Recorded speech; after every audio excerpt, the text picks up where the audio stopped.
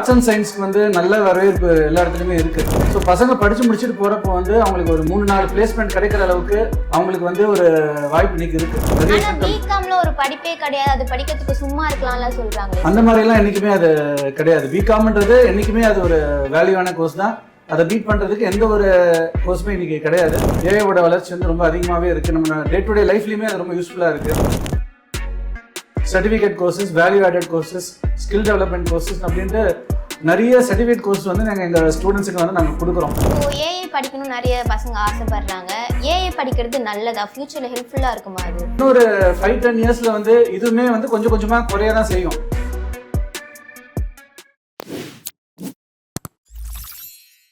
White house நேயர்களுக்கு வணக்கம். இன்னைக்கு நம்ம கூட அன்னை வேளாங்கண்ணி எஜுகேஷனல் இன்ஸ்டியூட்டோட செக்ரட்டரியான டாக்டர் டி தேவானந்த் தான் இணைஞ்சிருக்காரு. இப்போ 12th எக்ஸாமோட ரிசல்ட் வந்துடுச்சு. எல்லா ஸ்டூடெண்ட்ஸுமே நிறைய கன்ஃபியூஷன்ஸில் இருப்பீங்க. என்ன குரூப் எடுக்கலாம், எந்த குரூப் எடுத்தால் நமக்கு ஃப்யூச்சரில் ஒரு நல்ல ஜாப் கிடைக்கும், எந்த குரூப் எடுத்தால் ஈஸியாக படிக்கலாம், இந்த மாதிரி நிறைய டவுட்ஸில் இருப்பீங்க. அதை பற்றி எல்லாம் சார் கிட்ட பேசலாம் வாங்க. வணக்கம் சார். வணக்கம். ஸோ முதல்ல இந்த காணொலி பார்த்துட்டு இருக்க எல்லாருக்குமே என்னுடைய வணக்கத்தை நான் தெரிவிச்சுக்கிறேன். 12th எக்ஸாம்ஸ் எழுதிட்டு ஒரு நல்ல ஒரு ஸ்கூலில் நல்லபடியாக படிச்சுட்டு இன்றைக்கி உங்களோட கேரியரோட அடுத்த கட்டத்துக்கு தயாராகிட்டு இருக்கிற எல்லா ஸ்டூடெண்ட்ஸுக்குமே எங்களுடைய மனமார்ந்த வாழ்த்துக்கள். இந்த எக்ஸாமில் வந்து பாஸ் பண்ணவங்களுக்கும் வாழ்த்துக்கள், பாஸ் பண்ணலை அப்படின்ற இருக்கவங்களுக்கும் என்னுடைய வாழ்த்துக்கள். இந்த எக்ஸாம் வந்து நம்ம லைஃப்பில் ஒரு பெரிய டேர்னிங் பாயிண்ட் அப்படி இப்படின்லாம் சொல்லுவாங்க. ஆனால் அது கிடையாது. நீங்கள் இவ்வளோ நாள் போட்ட ஒரு எஃபர்ட் தான் உங்களை வந்து இந்த அளவுக்கு கொண்டு வந்திருக்கு. நீங்கள் வாங்கியிருக்கிற மார்க்ஸ் வந்து கண்டிப்பாக உங்களோட பெஸ்ட் எஃபர்ட் தான் அது. நீங்கள் ஹார்ட் ஒர்க் பண்ணி தான் இந்த அளவுக்கு எல்லாருமே நீங்கள் மார்க் வாங்கியிருக்கிறீங்க. இதில் நிறைய மார்க் வாங்கலைன்றது சொல்லி கவலைப்படாதீங்க. நிறைய ஆப்ஷன்ஸ் இருக்குது, நிறைய வாய்ப்புகள் இருக்குது. ஏன்னா இது வந்து ஒரு ஃபஸ்ட்டு ஸ்டெப்பு தான் நீங்கள் எடுத்து வச்சுருக்கிறீங்க. நீங்கள் அடுத்த கட்டத்தில் ஒரு காலேஜுக்கு போகிறதுக்கு இது ஒரு சின்ன ஒரு துருப்புச்சீட்டு தான் இந்த இப்போ வாங்கியிருக்கிற மார்க்ஸ். ஸோ மார்க்ஸ் உங்களோட கேரியரை வந்து எந்த வகையிலையும் வந்து டிசைட் பண்ண போறது கிடையாது. இப்போ 12th ரிசல்ட் வந்துருச்சு. ஸ்டூடெண்ட்ஸ்ல என்ன குரூப் எடுக்கலாம் தான் டவுட்ல இருப்பாங்க. சோ அவங்க எந்த குரூப் எடுத்தா அவங்க ஃபியூச்சர் நல்லா இருக்கும்? சோ ஃபியூச்சர்ன்றது வந்து நீங்க சூஸ் பண்ணக்கூடிய ஒரு முக்கியமான ஒரு கட்டத்துல இப்போ இருக்கிறீங்க எல்லாருமே. இப்போ நீங்க சயின்ஸ் ஸ்டூடெண்டா இருக்கலாம், நீங்க காமர்ஸ் ஸ்டூடெண்டா இருக்கலாம், நீங்க வந்து நிறைய நீங்க வொகேஷனல் சப்ஜெக்ட்ஸ் படிச்சிருக்கலாம். ஸோ நீங்கள் எந்த லைனில் போகிறீங்கன்றத முதல்ல நீங்கள் ஒரு ரோட் மேப் நீங்கள் போட்டுக்கோங்க. இன்னும் ஒரு 5 வருஷம் 10 வருஷத்தில் உங்களோட லைஃப் எப்படி இருக்கணும், என்ன மாதிரி மாற்றங்கள் ஏற்படணும், நீங்கள் எந்த அளவுக்கு நீங்கள் அச்சீவ் பண்ணணுன்றதெல்லாம் நீங்கள் இந்த நாளில் நீங்கள் செட் பண்ணியே ஆகணும். ஏன்னா இவ்வளோ நாள் உங்களுக்கு உங்கள் டீச்சர்ஸ், உங்கள் பேரண்ட்ஸ் எல்லாருமே கூட இருந்து உங்களுக்கு எல்லாம் சொல்லி கொடுத்துருப்பாங்க. பட் இனி இந்த உலகத்தில் வந்து நீங்கள் தான் சர்வை பண்ண போகிறீங்க. ஸோ அதுக்கு வந்து நீங்கள் இப்போ நல்ல காலேஜை ஃபஸ்ட்டு நீங்கள் சூஸ் பண்ணணும், நல்ல ஒரு படிப்பை நீங்கள் சூஸ் பண்ணணும். இன்னைக்கு ஆர்ட்ஸ் அண்ட் சயின்ஸ்க்கு வந்து நல்ல வரவேற்பு எல்லா இடத்துலையுமே இருக்கு. எப்பயும் போல இந்த வருஷமும் பார்த்தீங்கன்னா கேர்ள்ஸ் நிறைய பாஸ் பண்ணிட்டாங்க, பாய்ஸ் நிறைய பாஸ் பண்ணல அப்படின்ற மாதிரிலாம் டேட்டா சொல்லியிருந்தாங்க. அப்படி இருக்கிற பட்சத்தில் வந்து இன்னைக்கு கேர்ள்ஸுக்கு வந்து நிறைய ஆப்பர்ச்சுனிட்டிஸ் வந்து இன்னைக்கு இந்த மார்க்கெட்டில் இருக்கு. ஜாப் மார்க்கெட்லேயும் சரி, உங்களுக்கு காலேஜஸ் கிடைக்கிறதுலையுமே பார்த்தீங்கன்னா நிறைய ஆப்ஷன்ஸ் இருக்கு. ஸோ காமர்ஸ் ஸ்ட்ரீம்ஸ் ஆகட்டும், உங்களுக்கு பிஸ்னஸ் அட்மினிஸ்ட்ரேஷன் ஆகட்டும், பிஏ இங்கிலீஷ் லாங்குவேஜாக இருக்கட்டும், அதே மாதிரி உங்களுக்கு வந்து கம்ப்யூட்டர் சயின்ஸ் வந்து இன்னைக்கு வந்து அது அடைஞ்சிருக்கிற ஒரு தூரம் வந்து ரொம்ப பெரிய ஒரு வளர்ச்சி அடைஞ்சிருக்கு. ஸோ இன்னைக்கு அதுலேயுமே பார்த்தீங்கன்னா இன்னைக்கு நம்ம வந்து ஒரு பெரிய ஒரு புரட்சி, ஒரு ஏஐ புரட்சி வந்து நம்ம நாட்டில் ஏற்பட்டிருக்கு. நம்ம எல்லாருமே கேள்விப்பட்டு இருக்கோம். ஸோ ஏஐ வந்து இன்னைக்கு வெறும் கம்ப்யூட்டர் சயின்ஸ் அந்த ஒரு ஃபீல்டு மட்டும் இல்லாமல் இன்னைக்கு எல்லா துறைகள்லையுமே ஏஐயோட வளர்ச்சி வந்து ரொம்ப அதிகமாகவே இருக்குது. நம்ம டே டு டே லைஃப்லையுமே அது ரொம்ப யூஸ்ஃபுல்லாக இருக்குது. ஸோ இன்னைக்கு வந்து அந்த ரிலேட்டடாக நீங்கள் போகிறதுக்குமே நிறைய ஆப்ஷன்ஸ் இருக்குது. நீங்கள் சொன்ன மாதிரி இப்போ பிஎஸ்சி கம்ப்யூட்டர் சயின்ஸ் சொன்னீங்க இல்லையா, அந்த குரூப் அதிகமாக எடுக்கிறதா சொல்கிறாங்க இல்லையா, அதுக்கான காரணம் என்ன சார்? அந்த குரூப் மேலே எதுக்கு இல்லை கொஞ்சம் வருஷத்துக்கு முன்னாடிலாம் பார்த்தீங்கன்னா கம்ப்யூட்டர் சயின்ஸ் வந்து ரொம்ப டாப்பில் இருந்தது. ஸோ அப்போ எல்லாருமே வந்து கம்ப்யூட்டர் சயின்ஸ் எடுத்து படிக்கலாம், பிஇ கம்ப்யூட்டர் சயின்ஸ் எடுக்கலாம், பிஎஸ்சி எடுக்கலாம்னு சொல்லி எல்லாருமே அது பின்னாடி போயிட்டு இருந்தாங்க. பட் ஒரு திடீர்னு பார்த்தீங்கன்னா ஒரு ஐடி இண்டஸ்ட்ரியில் ஒரு ரெசிஷன் வந்தது. ஒரு 2008-9 நான் சொல்றது. அப்படியே வந்து கம்ப்யூட்டர் சயின்ஸ் ஃபீல்டு வந்து டவுன் ஆச்சு. அதுக்கப்புறம் நிறைய பேர் வேலைகளை இழந்தாங்க. அதுக்கப்புறம் திருப்பி வந்து அது குரோத்தில் தான் இருக்கு. ஏன்னா இன்னைக்கு அந்த ஏஐ வந்து இன்னைக்கு நம்ம ஐடி இண்டஸ்ட்ரி வந்து ரூல் பண்ணிட்டு இருக்கு. ஸோ அப்படி இருக்கிற பட்சத்தில் வந்து இன்னொரு 5-10 இயர்ஸ்ல வந்து இதுவுமே வந்து கொஞ்சம் கொஞ்சமாக குறைய தான் செய்யும். ஸோ அதனால நீங்க வந்து ஒரு மல்டி ஸ்கில்டா நீங்க எல்லாமே நீங்க படிச்சுக்கோங்க. ஒரே ஒரு டிகிரி மட்டும் இல்லாம ஒரு 2-3 விஷயங்களோட நீங்க சேர்ந்து படிச்சீங்கன்னா கண்டிப்பாக வந்து நீங்கள் ஒரு சக்ஸஸ்ஃபுல்லான கேரியருக்கு நீங்கள் போகலாம். இப்போ நீங்கள் சொன்னது தான் சார். இப்போ நீங்கள் சொன்னீங்களே நடுவில் ஏதாச்சும் படிச்சுக்கோங்கன்னு.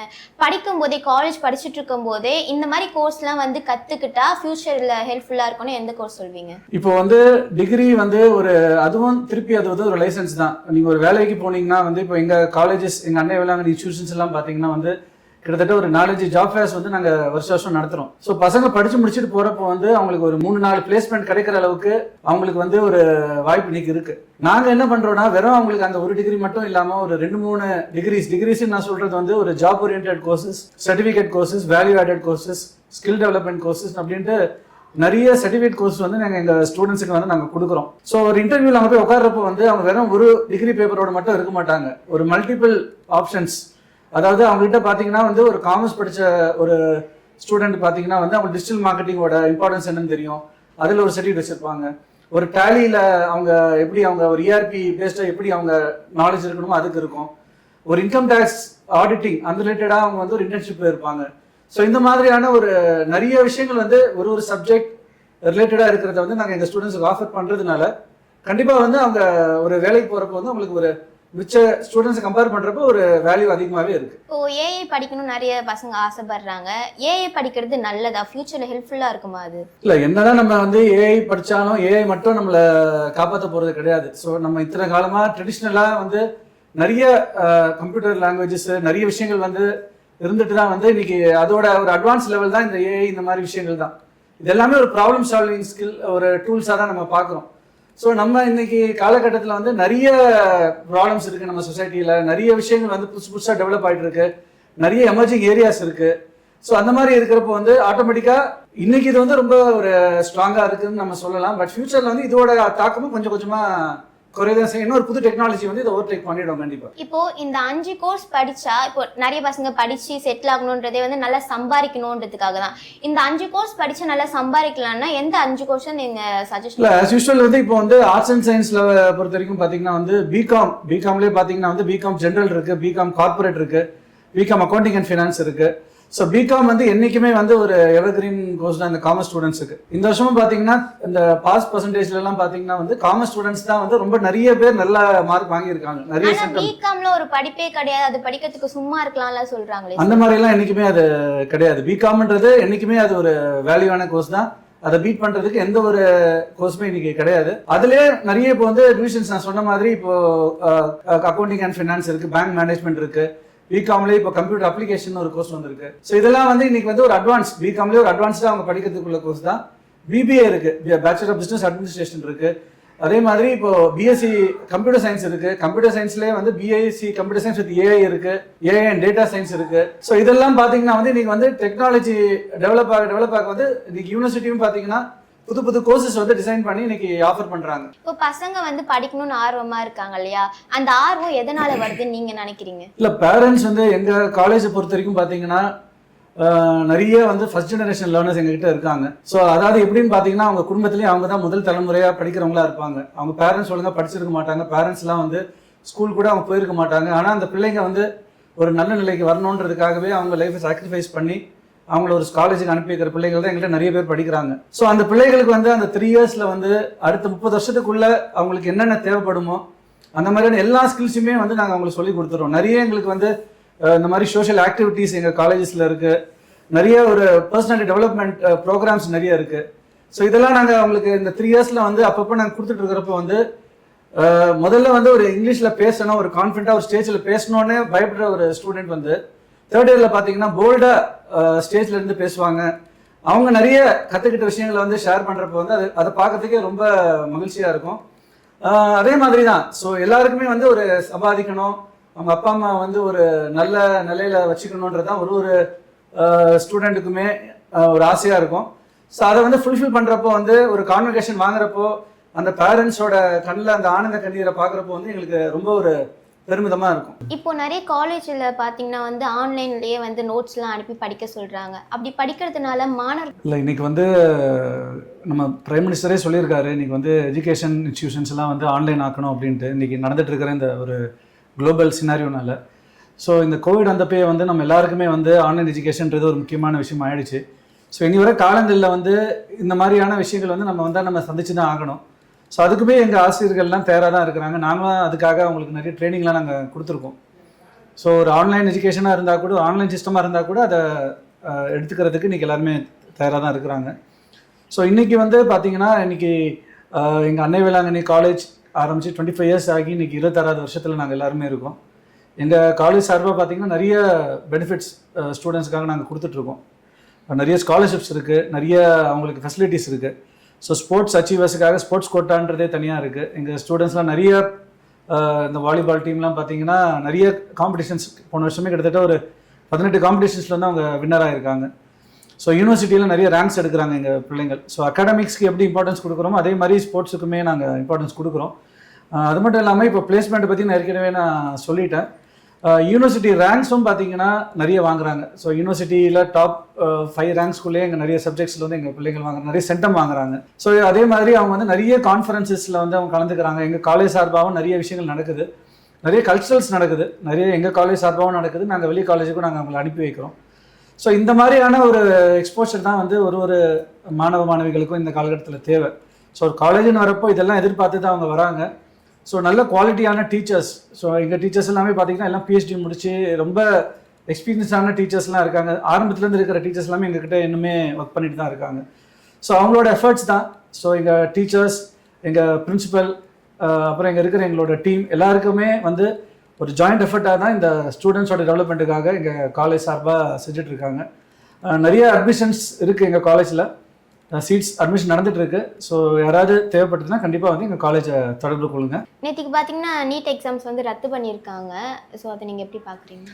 இது ரொம்ப வந்து ஒரு கஷ்டமான ஒரு விஷயம்தான். கிட்டத்தட்ட 23 லட்சத்துக்கும் மேற்பட்ட ஸ்டூடெண்ட்ஸ் வந்து எழுதியிருக்காங்க.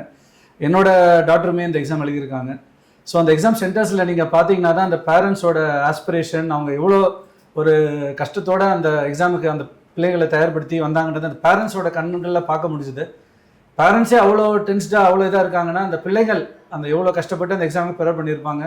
அதை அவ்வளோ ஈஸியாக அங்கே நார்த்தில் ராஜஸ்தானில் வந்து அதை அவுட் பண்ணி இந்த மாதிரியான ஒரு கஷ்டமான சிச்சுவேஷனாக அந்த பிள்ளைகளோட கனவுகளை செதுக்கின்ற ஒரு விஷயமா அதை செஞ்சுட்டு இருக்கிறது வந்து ரொம்ப கண்டிக்கக்கூடிய ஒரு விஷயம். கவர்மெண்ட் வந்து இன்னும் அலர்ட்டாக இருக்கணும், இன்னும் இந்த மாதிரி விஷயங்களை என்கரேஜ் பண்ணக்கூடாது. கண்டிப்பாக வந்து இது வந்து பிள்ளைகளுக்கு வந்து ஒரு ட்ராபேக் தான். பட் இருந்தாலும் நம்ம மாணவர்கள் வந்து இதை சலிச்சவங்க கிடையாது.